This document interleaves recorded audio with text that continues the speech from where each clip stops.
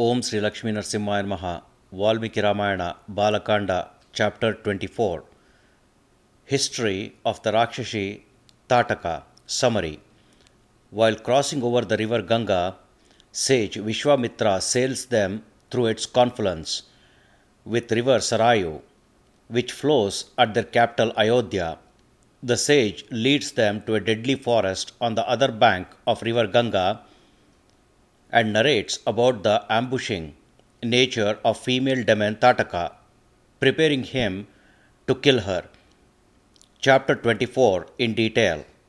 Then, in the fresh of the morning, those enemy destroyers, Rama and Lakshmana, arrived at the river bank of Ganga, keeping sage Vishvamitra ahead of them, which sage has just completed his ritualistic chores of dawn. All of those sages of Kama's hermitage that are the great souls and having moral integrity in their vows have positioned an auspicious ferry boat within the reach in the river. And then they said to sage Vishvamitra, "You may board the boat keeping the princess ahead of you, and we wish you to proceed on a prosperous route without the shift of time." So said the sages. Sage Vishvamitra, on saying it must be so to those sages and worshipping them, in his turn to sail the river that itself is cruising towards ocean along with both the princes. On coming to the midstream of water, there Rama heard an unusual and increasing noise of gushy waters along with his younger brother. And that brilliant one Rama desired to know its significance.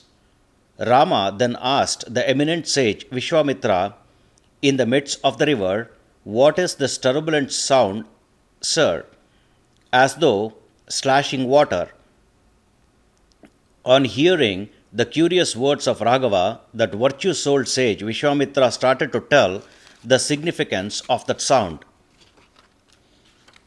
On Mount Kailasa, Brahma created a great lake at his well, O tigerly man Rama. Hence, this is called Manasa Lake. That river which spontaneously flows out of that Manasa lake surrounds Ayodhya city is this one, the River Sarayu. Because this has originated from a lake, Sara, this is known as Sarayu.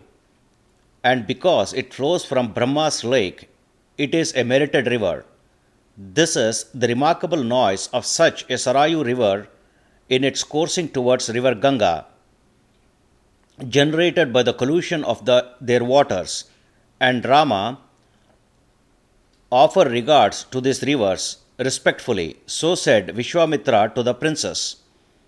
Offering their salutations to River Sarayu and Ganga, those two most virtuous and agile-footed princes proceeded further on reaching the southern river bank. On seeing a horrible and uninhabited forest, Rama, the son of the best king Dasharatha, asked the eminent sage Vishvamitra, "Oh, impenetrable is this forest, full of swarms of cricket, brutish predators and vultures, which are all horrible, strident. Various vultures are screeching with fierce sonority, and tigers, wild boars, and elephants render this forest atypical.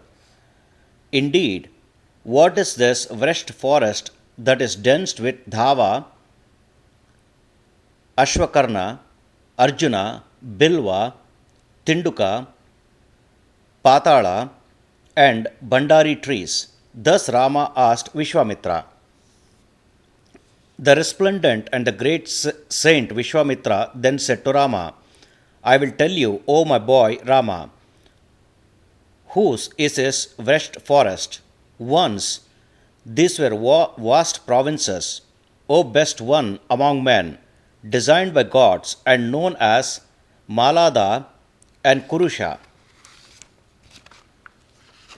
Once upon a time, O Rama, mortal impurities of filth and hunger completely stained Indra, when he eliminated demon Vritra, as he committed the sin of killing of a Brahman, where the demon Vritra was incidentally a Brahman.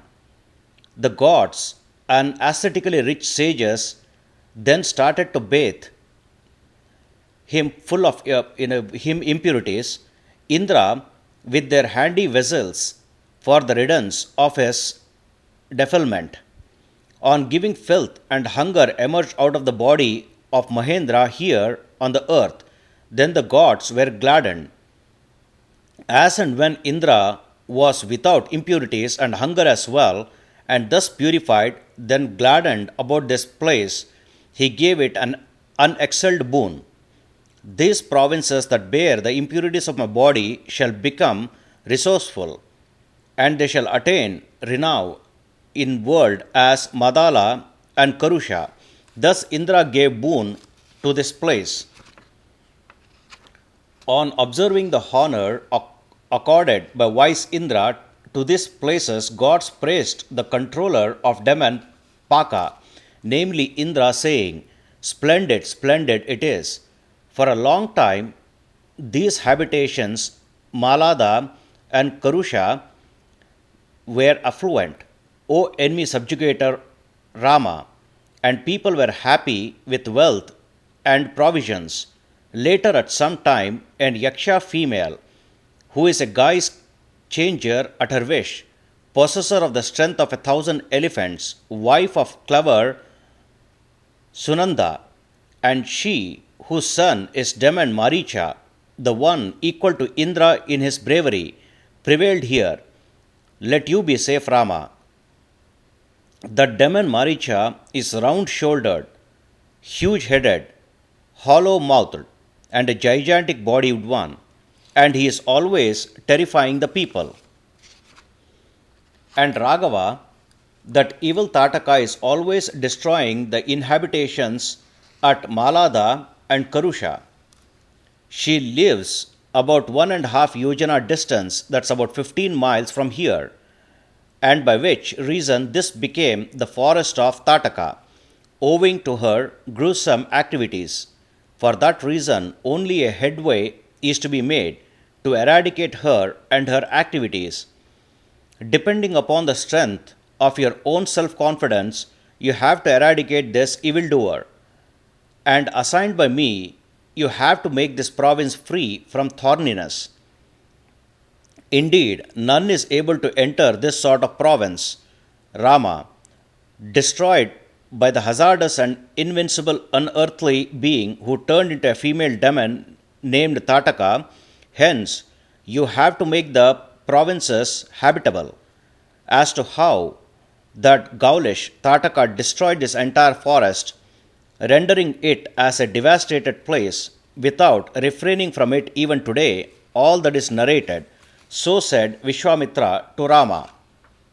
Thus, this is the 24th chapter in Balakanda Valmiki Ramayana, the first epic poem of India, Sri Moola Rama Vijayate. Om Sri Krishnarpanamastu.